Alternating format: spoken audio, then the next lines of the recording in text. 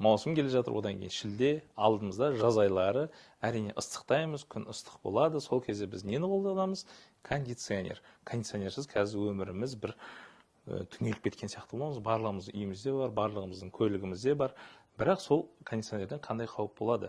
Көп жағдайда сол кондиционерді қосып едім, одан кейін ауырып қалдым, салқын тиіп қалды деп жатады. Көп жағдайда сол кондиционердің өзінің фильтрі болады. Фильтрден ылғал бөлінеді ғой. Көшеде қарасаңыз, сыртта кондиционерден су тамшылап тұрады. Сондай судың конденсаты сол фильтрлерде ылғалданып қалып қояды, сол жерде бактериялар көбейеді. Оны легионелла дейді. Легионелла дейтін ол бактериялардың бір түрі, сондай жерлерді жақсы көреді.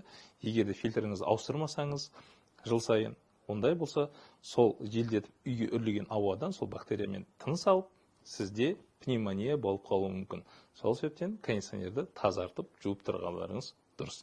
Әйтпесе, легионеллез дейтін ауруға шалдығуыңыз мүмкін.